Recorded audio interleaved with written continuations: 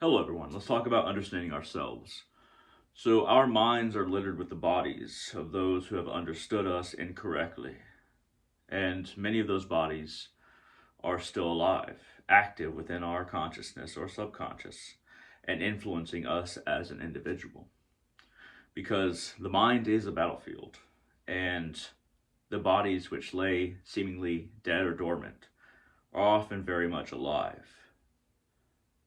People's perception of us becomes our reality if we do not understand it in proper context. So, to understand them in proper context, or where their point lays true in proper context, we have to understand ourselves in the best context that we can.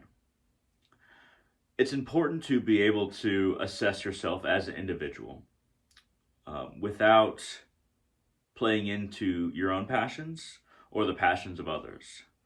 So, most people that will judge you are people who have taken the easiest route to conclusion.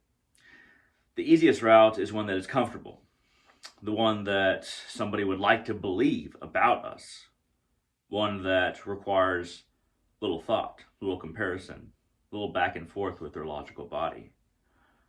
And unfortunately, that usually reigns supreme in society and between individuals.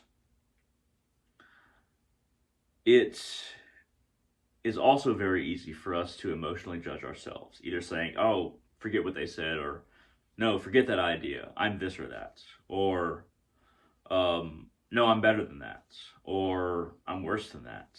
You can go either way. When we try to understand ourselves emotionally, we get a lot of conflicting ideas, um, especially when we allow the emotions of others to cloud our mind. Their body's not really being dead, ideas in our mind.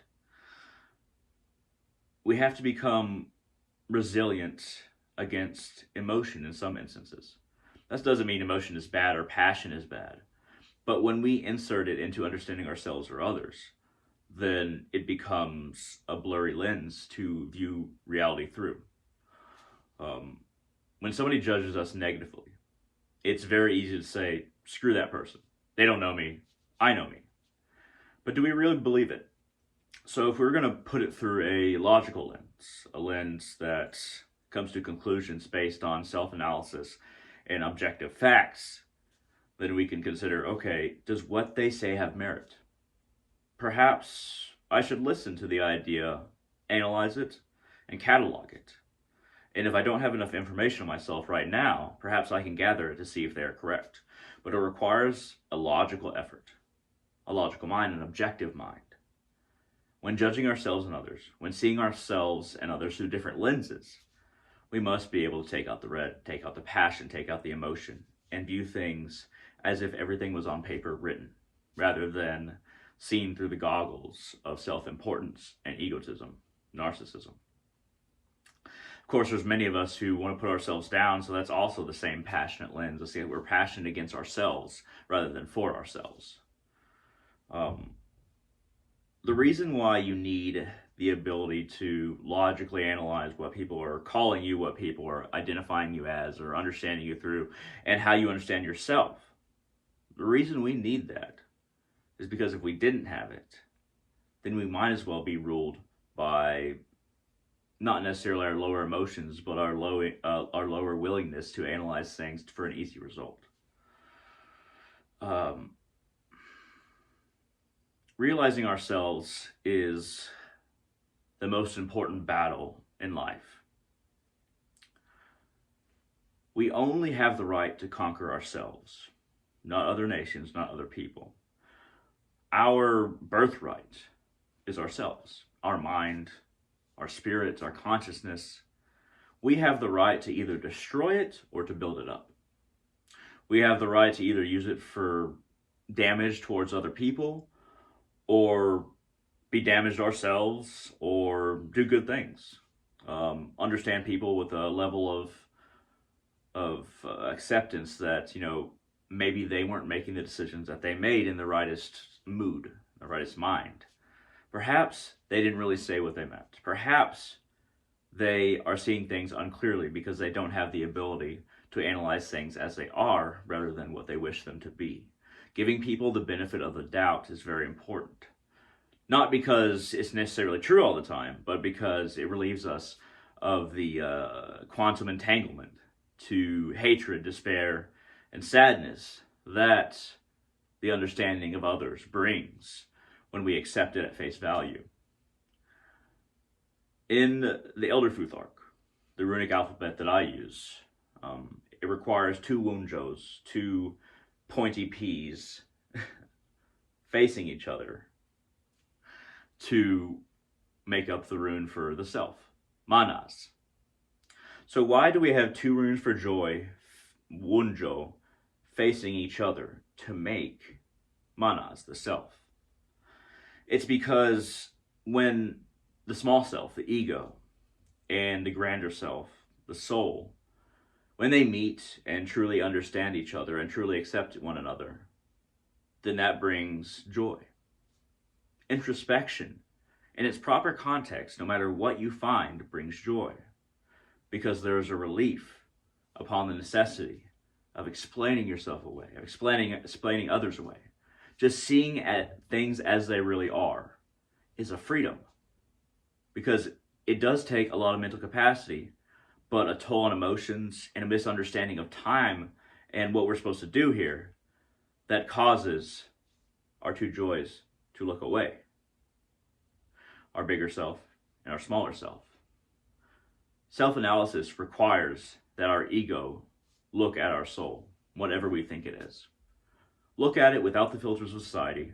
Look at it without what other people think we are, and without our emotional connection to our self-analysis.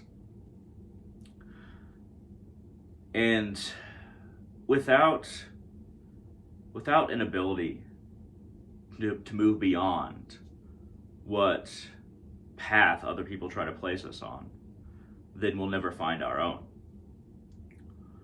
Once we analyze ourselves, we might find ourselves on a new spiritual path, or one that we make, rather than being a follower, rather than doing what our parents, our family, our society is saying. We're analyzing ourselves and finding that things are a little bit different, a little bit more personal, but personal in a good way. Personal in a way that the dogma of others and the dogmatic practices of others we find within ourselves to be false, unnecessary, and perhaps even our own form of evil. Because once you analyze yourself and are comfortable with yourself, then you're not going to fall into any bracket into society. You're not going to fall under any title, under any religion, or even spiritual path that's already been founded. And then that brings a sense of loneliness and sadness all its own. But it's the best kind of loneliness and sadness, knowing that you are responsible for your own progression spiritually, and your progression in every other way, but especially spiritually. That you have to do the work, that you have to create your own internal, I wouldn't say dogma, but code. And following that code, even though you're the only one that has it. And that's not to say that people don't find themselves completely aligned with their particular church or temple or mosque, but we find that how individual we are once we start analyzing ourselves, once our 2 joys of the small self and the big self meet eyes. And even if we find ourselves to be very similar to somebody else in politics or religion, or have the exact same beliefs, it is a journey that we have to make regardless. We have to know. We have to look at ourselves because it's important to know. And what other people think is a task that is not ours. Our only task in regards to other people is to think on, is their advisement correct or skillful? Is their opinion of us logical? Does it make sense? And do my actions coincide with my own opinion of myself? If they do not, it's very important to change your actions. If you view yourself as something other than what you look like on, I wouldn't say paper or like some kind of societal document, but if you find that your actions do not coincide with who you think that you are, or who you think you should be, then that is a personal decision that you must make, whether you're going to change your actions. But it's a very good one to make, to change your actions to coincide with who you truly are. Now, reaching the end of this, I would like to say that all of us are studies in progress. Until you reach the highest levels of enlightenment, we should always study ourselves, what we do, why we do it, what other people think of us. Is that correct? Do their ideas of us make sense? And should you be aligned with certain groups, whether it be spiritual, religious, or political? We'll find as we grow older that there is something not quite right about our connection to a lot of these things, because these vague titles of spirituality, religion, and politics, or other titles like that, only we can hold ourselves in context. And a lot of the time we can't accept those titles because our context is completely different than the titles that people take up for the sake of ease, for the sake of comfort, for the sake of being a part of something. So in conclusion, analyze yourselves always. Analyze what people say about you. Change your actions based on what you find. Never be afraid to be alone in a belief or a practice. And hopefully we will all find ourselves. At any rate, thank you very much for watching, and hope all of you have a wonderful day.